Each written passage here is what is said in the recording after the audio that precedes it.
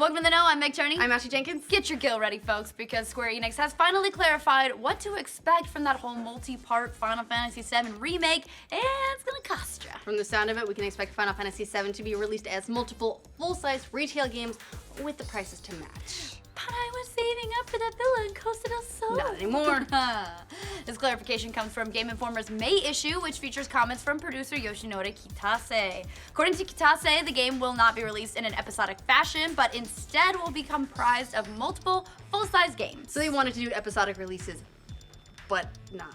But they want more money than you give normally for episodic. Right, of course. games. Kitase explained that the template for Final Fantasy VII's releases will be more along the lines of Final Fantasy XIII, which worked so well, which consisted of 3 full-price games at retail. In the article, he says, when the project was first announced, people were confused by its multi-part nature, but the goal is to structure it more like Final Fantasy XIII than an episodic series. Kitase went on to add, it will essentially be a full-scale game for each part of the multi-part series. In 13, each installment told the story from a different angle. Took you guys long enough to clarify all that. Square Enix first stealth announced that Final Fantasy VII's remake would feature multiple entries after the PlayStation Experience event in December. Rather than announcing it on stage when they debuted the first gameplay footage, they snuck it into a press release as the weekend came to a close. Gee, I wonder why. Maybe because people went, why? Final Yeah. Fantasy VII was a complete game? That's true. You didn't want people to rip them off stage and start fires. Now, at the time, they did say that they were aiming to give each release the content of a full game, but didn't offer any other explanation other than that. We didn't know if the new parts were going to be released yearly, if they were going to be the price of a full game, if they're like expansion packs. But now we know they are indeed considering each game to be a standalone product. Somehow, much like each part of Final Fantasy XIII, which they each cost $60 when they came out.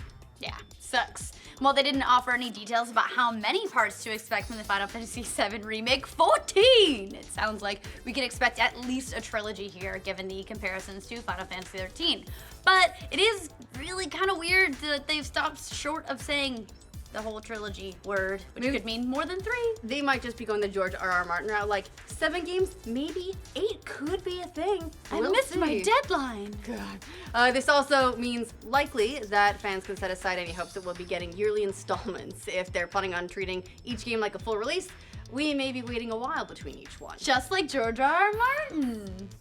Fans have to wait 2 years between the release of Final Fantasy XIII, which was in 2010, and 13-2, which was in 2012, and then another 2 years for the release of Lightning Returns in late 2014. Yeah, it's because Lightning was busy modeling for Louis Vuitton. Yeah, she had conflicts with her schedule. So basically, Square Enix's new financial strategy appears to be to make us pay for a full Final Fantasy VII game every 2 years until the end of time. It's like an Omnislash on our wallet. It might work too. Yeah, here's the thing. It will work. This seemingly blatant gill grab isn't the only worry that fans have about the Final Fantasy VII Remake. Kitase also made comments about the game's story being totally up for grabs in Square Enix's refresh of the series. How is it a remake then? You're making it episodic, you're gonna change things up. That's not a remake, that's a new game. But Cloud, y'all.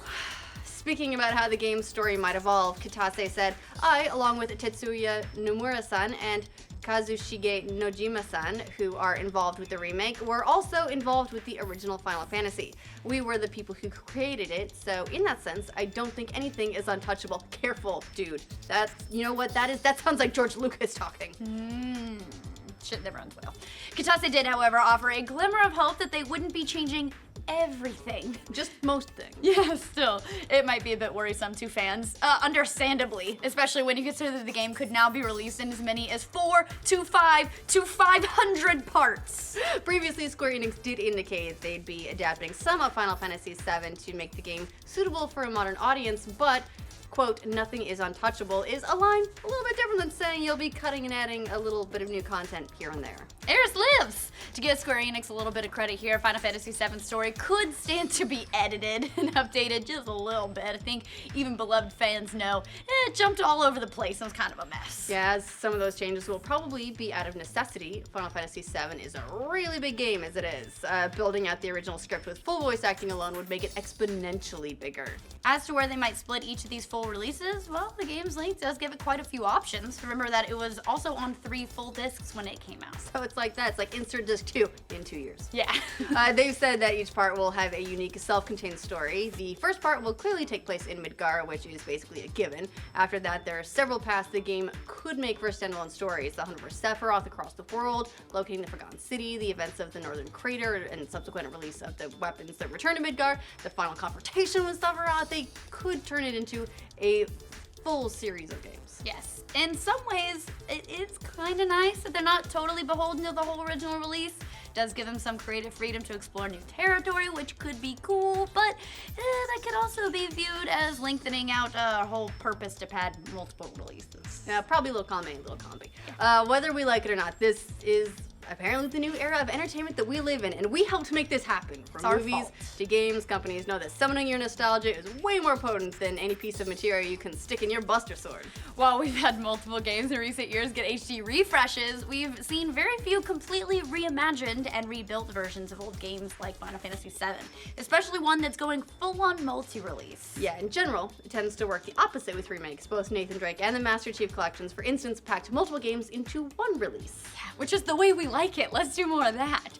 In some ways, though, it is cool for fans of the series to get an over-nostalgic, completely indulgent version of the Final Fantasy VII game that they've always wanted. But part of what made the original game so special for fans is that it was a contained experience. Bigger doesn't always mean better, guys. We know that, except for sometimes. And Square Enix totally wants to run the risk here of losing a lot of goodwill, or they don't want to, but they will, if they stretch this out for too long. Yeah, so basically, don't fuck this up, Square, or the internet is gonna go Neil Bahamut on your ass. So what do you guys think of Final Fantasy VII getting 1 million full-size retail releases? You pay $60 each time? How far does your nostalgia go? Let us know in the comments. Unfortunately, the answer is probably like, yes, all my money. Now for all the latest in guild grabs, maybe episodic games, maybe more Final Fantasy VII remake news. Depends on what we feel like. Remember to like this video and subscribe to the Know. What if it was like DLC? Eris Lives DLC. Oh my god. You pay me $30. Now it's a choose your own adventure. Yeah. She lives and you live happily ever after and everybody confesses their love for each other and everybody has just a good time. $60.